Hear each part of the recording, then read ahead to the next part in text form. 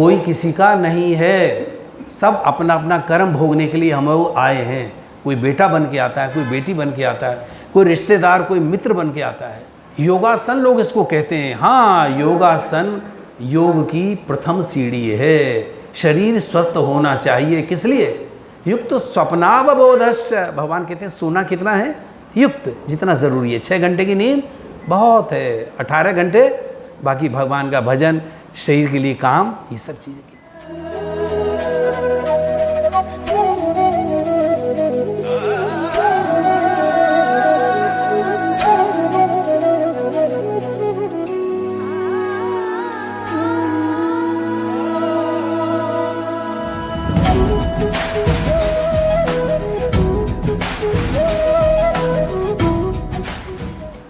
संसारिक हानि लाभ क्षणिक हैं। जो संपत्ति है जो कभी नष्ट नहीं होती, वो हरि नाम है, जो इस संसार में नहीं, हमें आध्यात्मिक जगत में जहाँ हमारी गति है, जो हमारा धाम है, वहाँ ले जाने में समर्थ होती है। ये इस हरि नाम की महिमा है। सबसे महंगी यदि कोई चीज़ है तो वो हरि नाम है। हमें लगता है इस संसार की वस्तुएं बहुत महंगी हैं, लेकिन यहाँ की जो चीज़ें हैं वो यहीं काम आती हैं। ऊपर इनका कोई मूल्य नहीं है, इनका कोई मूल्य नहीं है। ऊपर तो एक ही करेंसी चलती है, वो है हरि नाम, हरि नाम। तो इस संपत्ति का हम लोग ज़्यादा से ज़्यादा संग्रह करें, जितना संभव हो, जैसे भी, जिस काल में भी, परिस्थिति जैसी भी हो। क्योंकि ऐसा होता है कि हमारी परिस्थिति कभी कभी शोचनीय होती है। शोचनीय का अर्थ है अगर दुख, संकट या विपत्ति आ गई, शरीर, घर में कोई बीमार है, कोई मृत्यु हो गई, हानि हो गई, लाभ हो गया, तो मनुष्य बेबस हो जाता है। उसका मन फिर अपने कष्टों के निवारण में लग जाता है। उसे लगता है कि यदि ये मेरा कष्ट दूर हो गया, ये हानि दूर हो गई, तो सब कुछ ठीक हो जाएगा।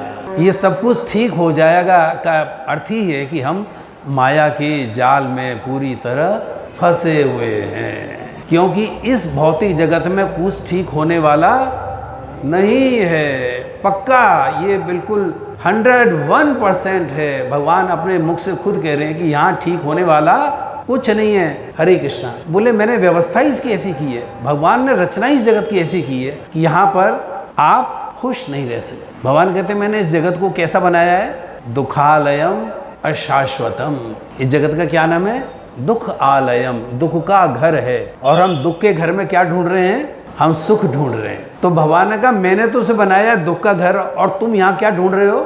सुख ढूंढ रहे हो। तो बोले ये बिल्कुल विरोधाभास, विपरीत बात है। यानी जो भगवान कहे, हम भगवान की बात न मान के कि नहीं आप झूठ बोल रहे हैं, प्रभु जी यहाँ बहुत आनंद है, आपको क्या पता है। तो भगवान हंसते हैं। और भगवान एक और कहते हैं दुखालयम अशाश्वतम।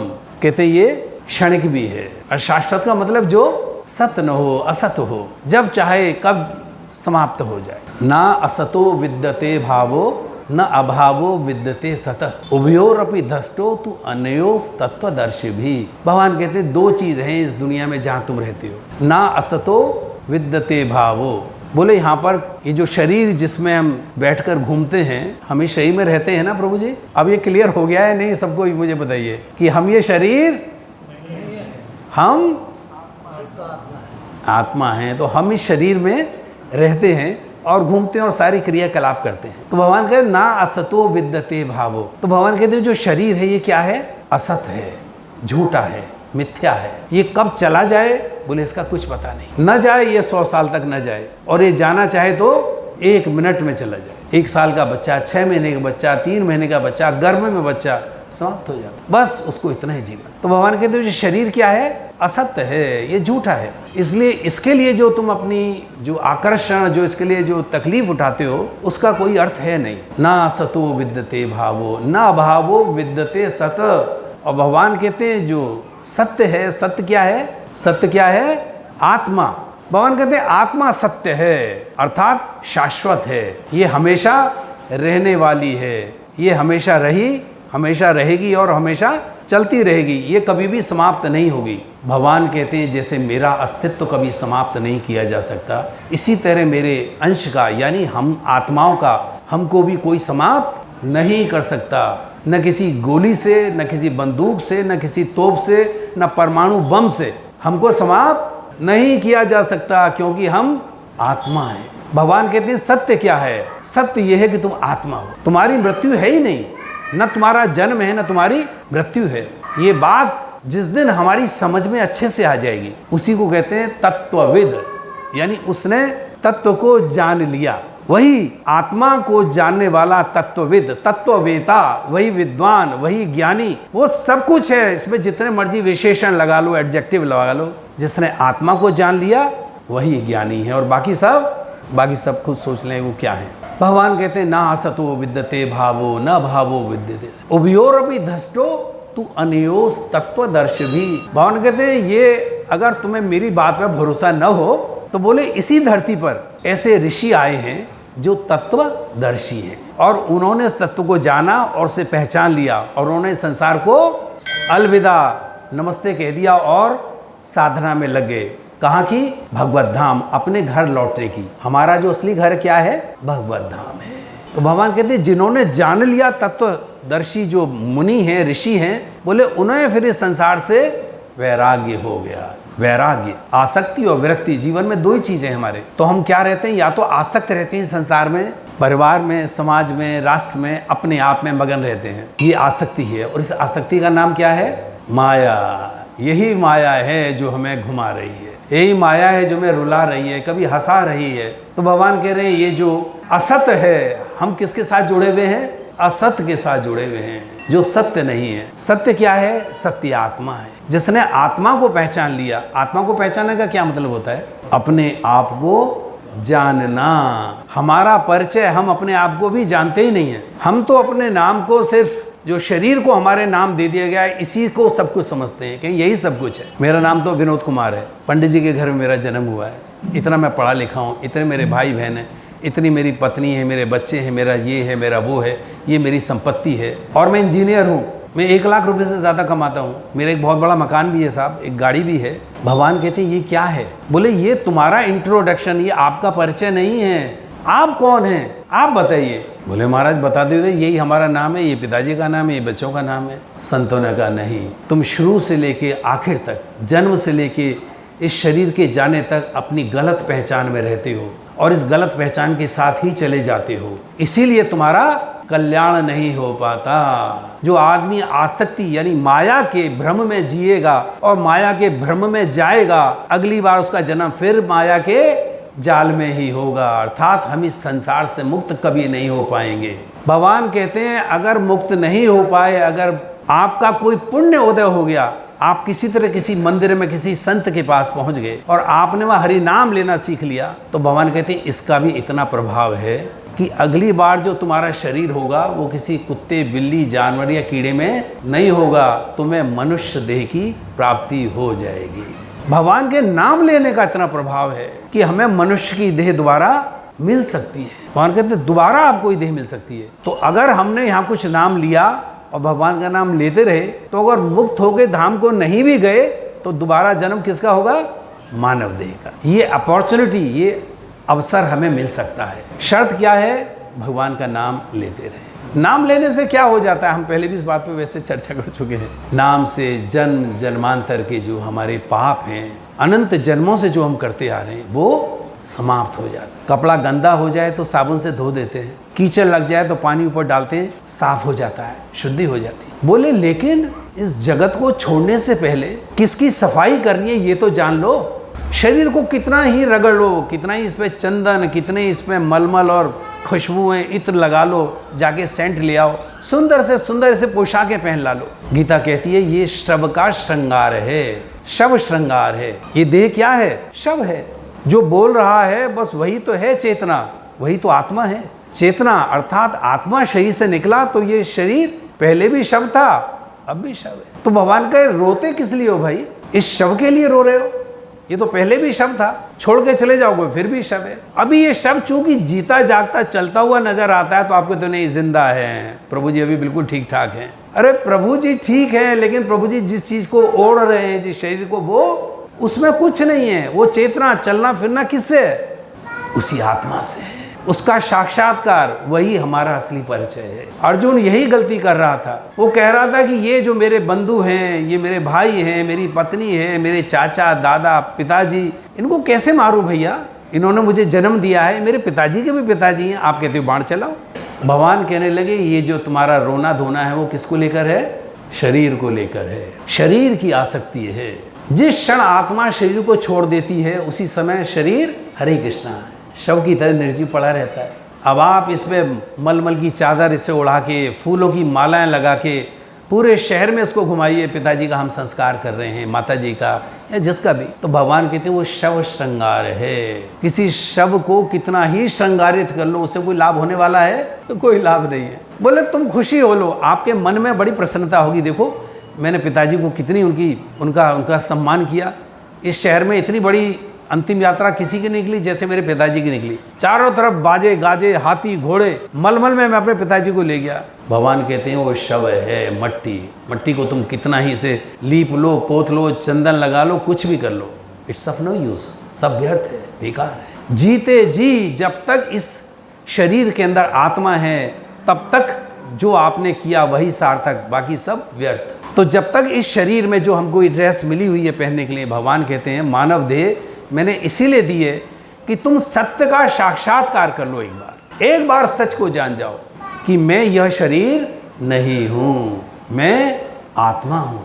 आत्मा हूँ मैं, भगवान का अंश हूँ जो अनंत योनियों से कीड़ा मकोड़ा बनता हुआ चला आ रहा था और आज मानव देह मुझे मिल गई और आज भी मैं उसी में लगा हुआ हूँ, खाने पीने सोने मैथुन जागने में।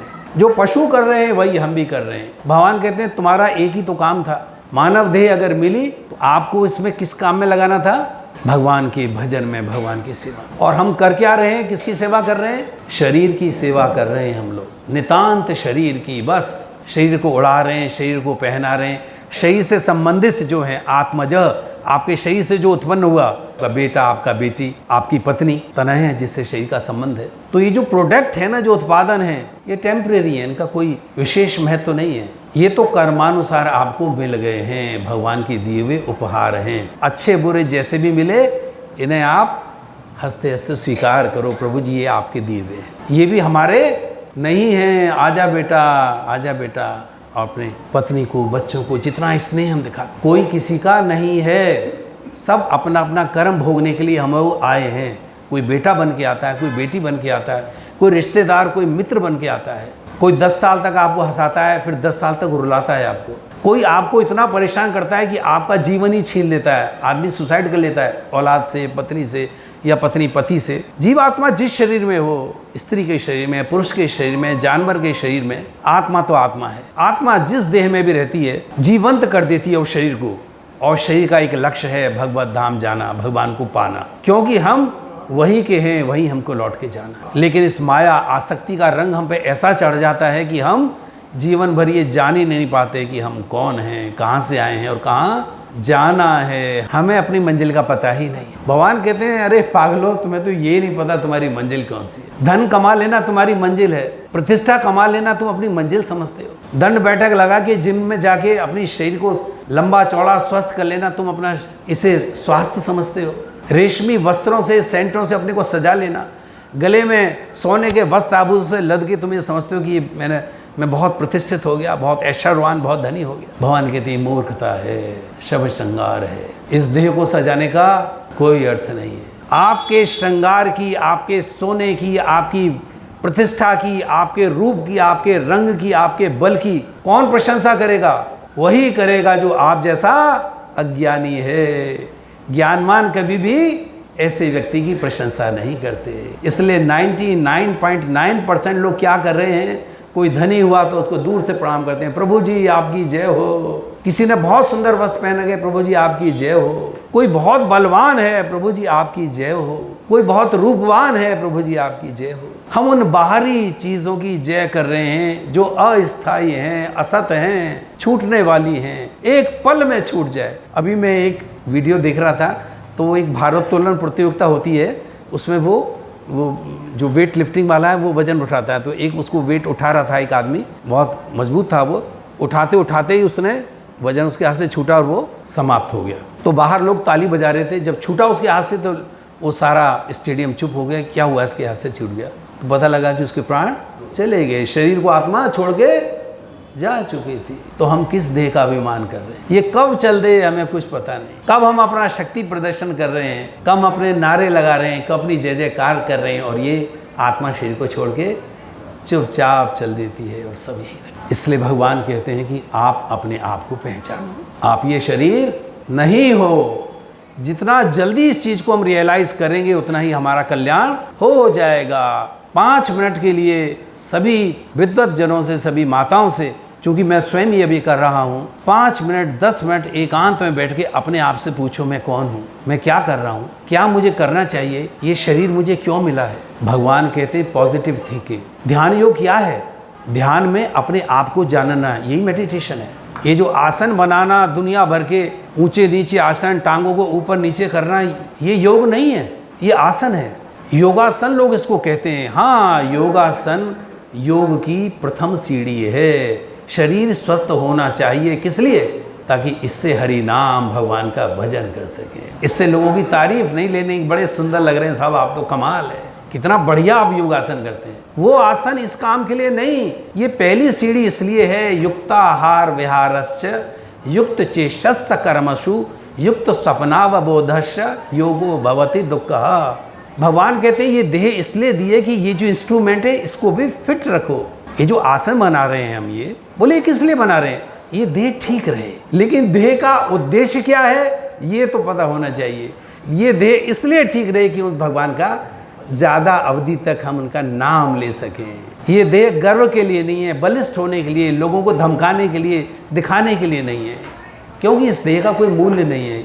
ये जब चाहे इसको छोड़ के आत्मा जा सकती है। तो युक्त आहार भगवान कहते हैं इसलिए ज़्यादा मत खाना, इतना ही खाओ जिससे शरीर चल सकते। युक्त आहार, जितना हम काम कर सकते हैं, ज़्यादा नहीं। ज़्यादा करेंगे तो शरीर समाप्त हो जाएगा।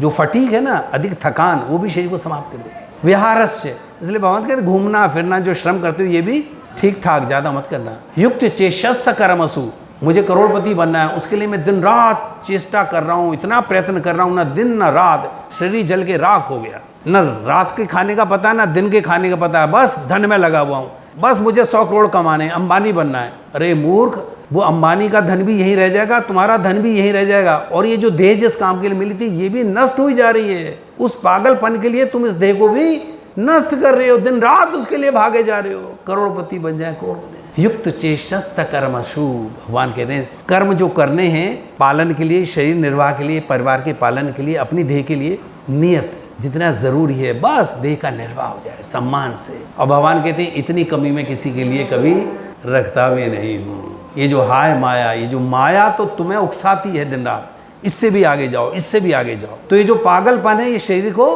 खा जाता है। आपने देखा है लोगों को हार्ट अटैक, 30-35 साल का स्वस्थ बालक हार्ट अटैक, क्यों?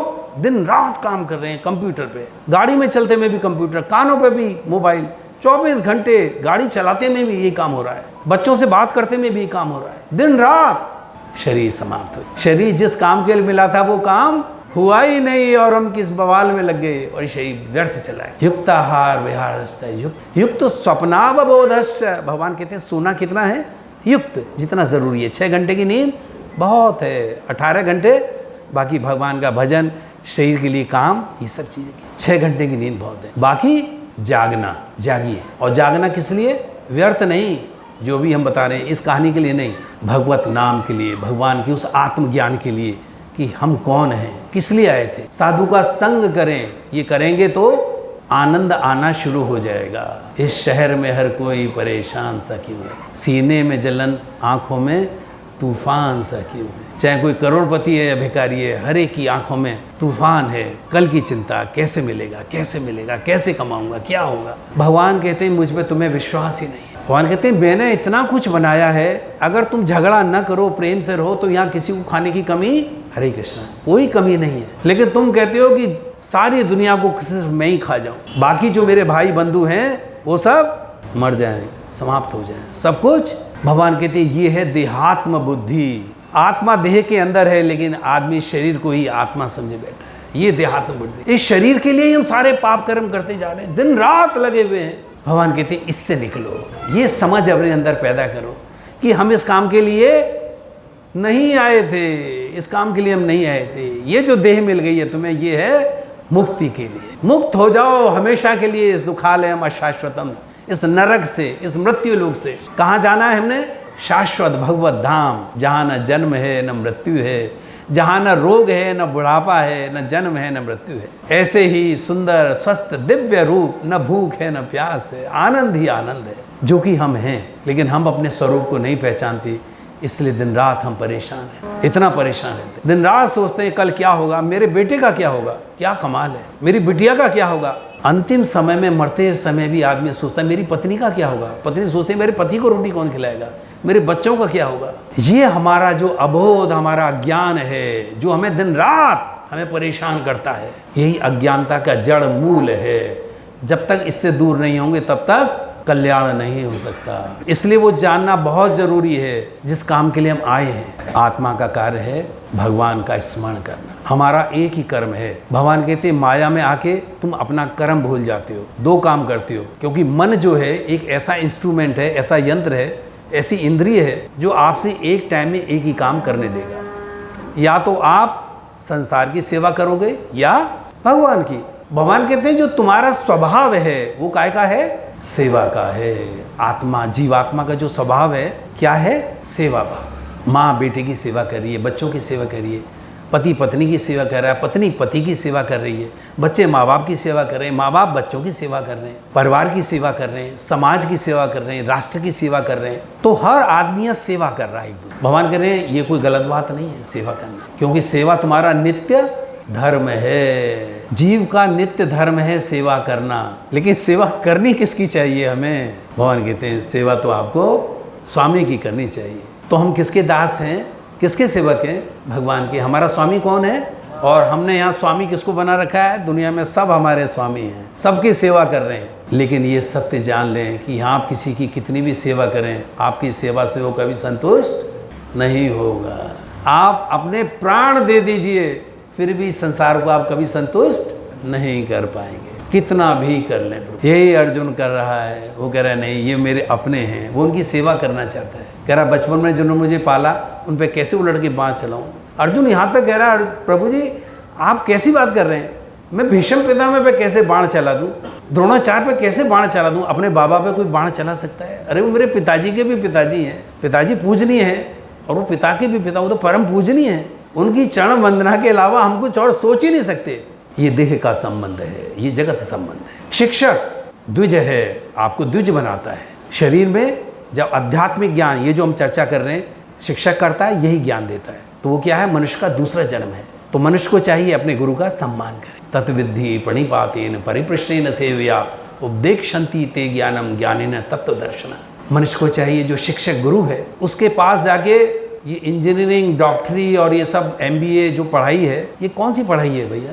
ये पेट भरने की विद्या है, ये विद्वता नहीं है, ये ज्ञान नहीं है। ज्ञान क्या है? अपने आप को जानना। और ये मिलता कैसे है? तत्विद्धि प्रणिपातेन परिपृष्टेन। अगर आपके जीवन में कोई गुरु आ जाए, कोई सत्संग, आपने कुछ पुण्य किया है और गुरु आ जाए, कहते हैं गुरु अपने शिष्य को ढूंढ लेते, तो कहते हैं गुरु के चरणों में उनसे विनीत होकर उनसे जिज्ञासा करो। प्रणिपातेन, उनके पैरों में नीचे लेट जाओ, साष्टांग प्रणाम करो और फिर विनीत होकर उनसे जिज्ञासा करो और उनकी सेवा करो। स्वरूप सिद्ध व्यक्ति ने सत्य का साक्षात्कार किया है और वो तुम्हें ज्ञान का प्रकाश दे सकते। जीवन में जब कभी कोई प्रमाणिक गुरु आ जाए, जो ऊपर से, जो वेदों से परंपरा आ रही है भगवान की, उसमें निष्णात हो। ये नहीं कि यहाँ से कुछ विद्या सीख ली, नहीं। हमारे जो लॉजिक हैं जो हम देते, ऐसे नहीं ऐसे, ऐसे नहीं ऐसे, ये क्या है? मन के हैं। ये तर्क बुद्धि जो है हमारी, जो हम देते ना, नहीं आई डोंट बिलीव, मैं नहीं मानता आपकी बात को, आप बेकार की बात कर रहे हैं, आपको कुछ नहीं पता। पिताजी आप बेवकूफ़ आदमी हैं, हमने MBA की है, डिग्री की है, इंजीनियरिंग की है, सारी दुनिया हमने देखी है। भगवान कहते हैं कुछ नहीं जानते, ज्ञान का उन्हें कुछ नहीं पता। ज्ञान है मैं कौन हूँ। वशिष्ठ के दरवाजे पे राम को रात को राम आते हैं और दरवाजा खटखटाते हैं। वशिष्ठ कहते हैं कौन? राम कहते हैं यही जानने के लिए तुम आया हूँ, मैं कौन हूँ प्रभु। भगवान राम कह रहे हैं गुरुदेव यही जानने के लिए आया हूँ, मैं कौन हूँ। तो भगवान हमें शिक्षा दे रहे हैं, गुरु के पास जाओ, उनसे पूछो मैं हूँ कौन। दिन रात इसी बवाल में लगा रहता हूँ, दिन रात इस माया के चक्कर में। परिप्रश्न सेवा करें, आपको आपके प्रश्नों के जवाब मिल जाएंगे और जिस दिन ये जवाब मिलेगा उसी दिन आप मुक्त हो जाए। इस शरीर से आपका वैराग क्या है ये हम नहीं जान पाते। इसलिए संत के ए मन तू इस संसार में मत रम, तू उस संसार को बनाने वाले ईश्वर की तरफ चल, जिससे तू इस संसार से विरक्त होकर भगवान से आसक्ति कर सके। क्योंकि हम तो जन्म जन्म से इस शरीर से आसक्ति करते हैं और इसी आसक्ति का प्रभाव है कि हम न माया मिली न राम, सब जानते हैं, सब विद्वत जाने प्रभु, न माया मिली न। इस संसार में रह के कभी किसी को कुछ प्राप्त नहीं हुआ। वो वैसे ही खुश हो ले, आज मैं प्राइम मिनिस्टर हूँ, आज मैं करोड़पति हूँ, आज मैं ये हूँ, आज मैं वो। भगवान कहते कुछ नहीं है, सब ऐसे ही है। राग द्वेष हमारे सब यहीं तक हैं। शरीर छूटते ही सारी दुश्मनी, सारी मित्रता सब यहीं की यहीं धरी रह जाती है। भगवान कहते हैं जल्दी से जल्दी इस देह को छोड़ने से पहले ये जान लो, इसलिए ये देह मैंने तुम्हें दी है, इसका दुरुपयोग मत करो, इसका दुरुपयोग मत करो। वासनाओं में शरीर को नष्ट मत करो, कामनाओं में अपने शरीर को भस्मीभूत मत करो। इस शरीर के लिए, यहाँ पे इन संबंधों के लिए रो रो के अपने आप को समाप्त मत करो। अरे अगर रोना है तो मेरे राम के लिए रो, मेरे श्याम के लिए रो, भगवान के लिए रो। संसार के लिए कितना रोए, कुछ मिला हमको? एक बार भगवान के लिए रो के देखो। अगर उसके लिए तुम्हारी आंखों में 2 आंसू आ गए तो तुम्हारी संपत्ति, राम भजन बढ़ जाएगा, तुम्हारी संपदा बढ़ जाएगी, मोक्ष के जाने की, मुक्ति के आप धाम के काबिल हो जाओगे। ये भगवान की महिमा है, उसके नाम की महिमा है। मुक्त हो जाएंगे इस देह में रहते रहते। मुक्ति तो जानते हैं ना प्रभु जी हम लोग। मुक्त किससे होना है? संसार की आसक्ति से, जिसे माया कहते, इससे मुक्त होना है। संसार में रहते हुए भी बोले कमलवत रहो, संसार के कर्म करो लेकिन संसार में आसक्त मत हो। परिवार को पालो,